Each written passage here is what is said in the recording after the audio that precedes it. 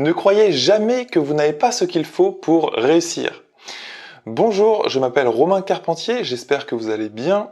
Comme chaque mardi dans ce podcast, je vous livre les pépites issues des livres sur l'entrepreneuriat que je lis. Le livre de cette semaine est intitulé « Devenir riche avec la paix de l'esprit » qui est un des derniers livres écrits par Napoleon Hill.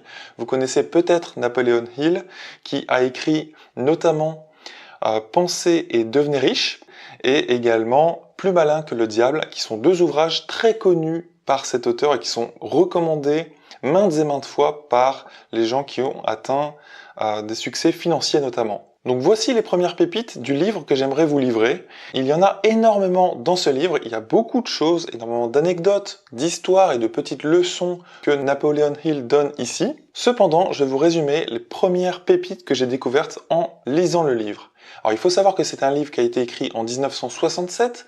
Napoleon Hill, à cette époque, avait 70 ans, 40 ans donc après la publication du premier livre majeur qu'il a écrit, donc Réfléchissez ou Pensez et devenez riche. Donc là, on a un Napoleon Hill qui est beaucoup plus mûr, qui est dans un âge avancé et qui arrive avec des petites nuances par rapport aux premiers conseils, aux premières leçons qu'il donnait dans ce livre Réfléchissez et devenez riche. Donc là, c'est devenir riche avec la paix de l'esprit. Parce qu'il a remarqué notamment que parmi les personnes riches financièrement, beaucoup d'entre elles n'étaient pas forcément heureuses, n'avaient pas la paix de l'esprit. Et donc, on sent ici qu'il a voulu réconcilier la poursuite de la richesse financière avec la poursuite du bonheur, ou en tout cas de la paix de l'esprit. Donc c'est tout à fait intéressant comme entreprise, et c'est pour ceci que j'aimerais vous livrer les premiers résumés de ce livre ici. Alors, est-ce que les conclusions changent beaucoup par rapport au premier livre qu'il a écrit sur le succès financier notamment? Je dirais que non, mais il y a des nuances. Pour atteindre la paix de l'esprit, il va falloir tenir compte de certains autres aspects, de certaines autres leçons qu'il va nous livrer ici. Alors, la première chose, c'est ne croyez jamais que vous n'avez pas ce qu'il faut quand vous voulez réussir.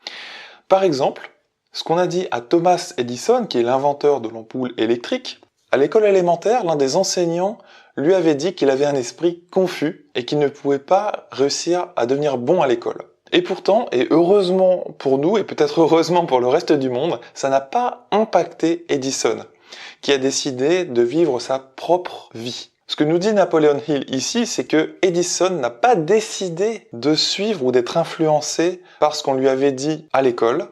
Il a décidé de vivre sa propre vie et surtout, il s'est rendu compte qu'il avait le contrôle de son esprit. Et je crois qu'une des grandes leçons des livres de Napoleon Hill, c'est vraiment ceci. Nous avons chacun d'entre nous le contrôle de notre esprit et que nous pouvons le diriger vers n'importe quel but que nous désirons ardemment. Ça, c'est une première leçon. Donc, ne croyez jamais que vous n'avez pas ce que vous avez. Et on va le voir aussi, peu importe votre niveau d'études scolaires ou votre degré d'intelligence. Une autre pépite que nous livre Napoleon Hill, c'est celle-ci. Un esprit conscient du succès fonctionne rapidement et efficacement. Donc, le mot qui nous intéresse ici, et celui sur lequel Napoleon Hill insiste, c'est conscience du succès. Donc l'idée, c'est que lorsque vous voulez réussir, vous prenez conscience que peu importe les circonstances, le succès est possible. Donc ça, c'est vraiment le premier pas qui est très difficile pour beaucoup de gens et qui l'a été pour moi. C'est que le succès, peu importe les circonstances, est possible. Peu importe le niveau d'études, peu importe le degré d'intelligence, il est possible de réussir à atteindre votre objectif. L'auteur de ce livre, Napoleon Hill, a lui-même eu la chance lorsqu'il était très jeune, de rencontrer sa mère adoptive, qui finalement l'a remis sur le droit chemin, puisque il commençait à apprendre des mauvaises habitudes.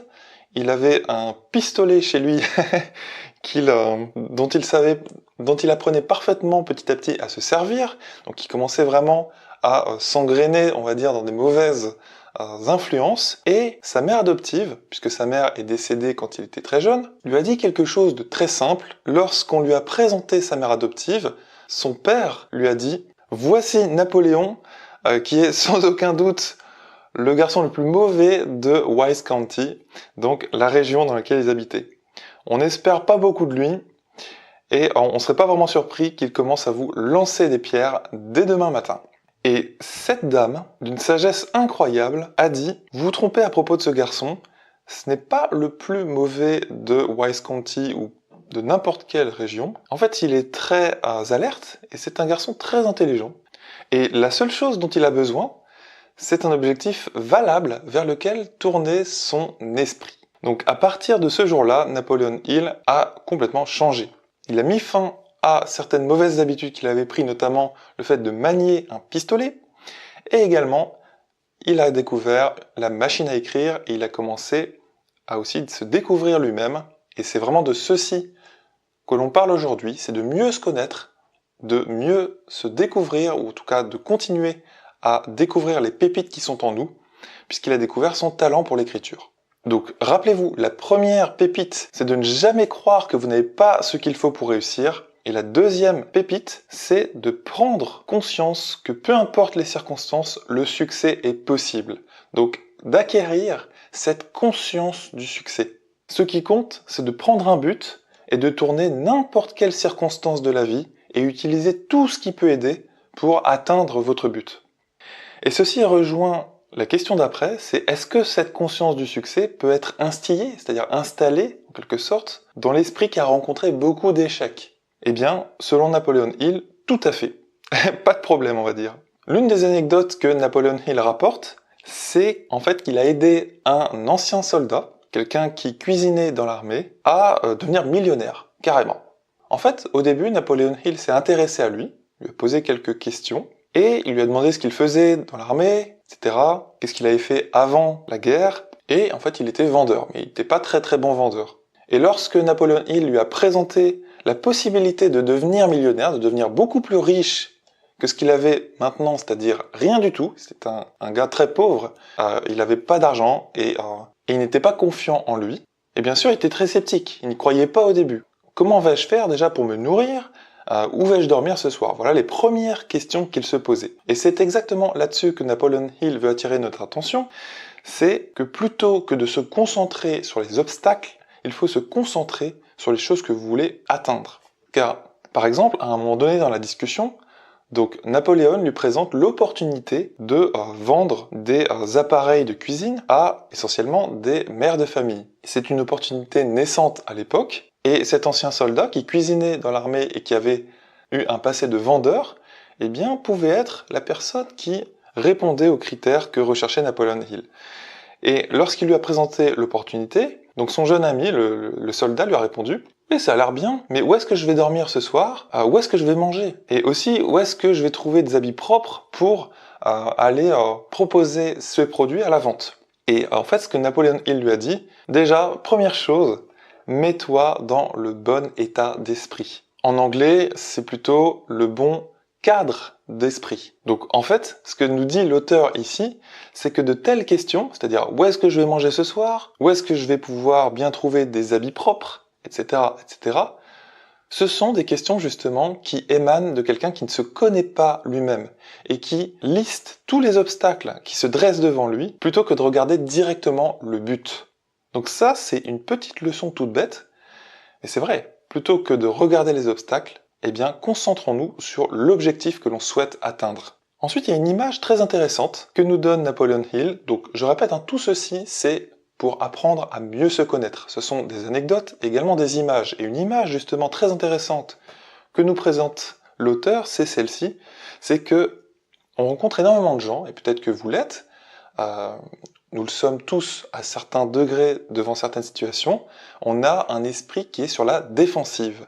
Et l'image qu'il donne, c'est qu'en fait, chaque esprit est comme un château fort. À l'intérieur de notre esprit, la partie la plus centrale, on va trouver la tour centrale, qui est un petit peu la tour principale du château fort. Et ensuite, vous allez avoir une première ligne de défense, qui est moins haute, et enfin une deuxième ligne de défense. Et là où c'est intéressant, c'est que la ligne de défense la plus extérieure va repousser les esprits qui ne sont pas du tout, qui n'ont pas d'objectif commun avec le vôtre. Donc ça va les décourager. Les personnes que ça ne va pas décourager, eh bien, elles vont rencontrer la deuxième ligne de défense, un petit peu plus intérieure, plus proche de la tour principale. Cette deuxième ligne de défense, seuls les esprits ou les personnes ou les opportunités qui peuvent vraiment vous apporter un bénéfice, à ce moment donné, eh bien, vont pouvoir la passer, cette ligne de défense. Et ce qui est intéressant, c'est que la tour de protection la plus interne à votre château fort, est la plus importante de toutes. Elle est petite, elle est juste autour de vous, et c'est là que votre esprit se réfugie en cas d'influence extérieure. Il n'y a que vous-même qui pouvez y entrer. Et c'est à cet endroit-là de votre château fort que vous allez rencontrer, que vous allez trouver, que vous allez avoir vos pensées les plus internes, qui ne sont dérangées par aucune influence externe. Et tant que vous n'avez pas trouvé cet endroit dans votre château fort, cette tour principale, l'endroit le plus interne dans lequel vous trouvez votre source de pensée, eh bien, vous n'allez pas pouvoir réussir. Et pour continuer à décrire un petit peu l'endroit, c'est vraiment à cet endroit, d'après Napoleon Hill, que vous allez trouver des problèmes à résoudre, que vous allez trouver des solutions qu'autrement vous n'auriez pas vues du tout. C'est à cet endroit que, enfin, vous est révélé ce que vous pouvez accomplir. Et quand vous sortez enfin de ce refuge, eh bien, vous savez ce que vous pouvez accomplir et que vous allez le faire. Voilà. Donc c'est très imagé. Et peut-être que ça va vous parler, mais en tout cas c'est la manière dont Napoleon Hill nous décrit une meilleure connaissance de soi et comment une meilleure connaissance de soi peut amener à la réussite. Par exemple, ce qu'il a remarqué chez beaucoup d'hommes et de femmes qui ont atteint le succès financier notamment, c'est que ces personnes sont capables très rapidement de revenir justement dans cette tour principale de leur propre château fort et d'y puiser, d'y trouver les idées qui les animent. Et selon Napoleon Hill, c'est vraiment une façon de renaître et une façon aussi de se recharger et de retrouver de la confiance et de la foi. Donc voilà pour les quelques pépites que je voulais vous livrer aujourd'hui dans le livre de Napoleon Hill, donc Devenir riche avec la paix de l'esprit. Donc c'est pas juste devenir riche, c'est devenir riche avec quand même cette tranquillité d'esprit qui n'est pas commune à toutes les personnes riches. On peut la retrouver aussi chez des personnes pauvres. Les pépites que je vous résume ici sont la première chose.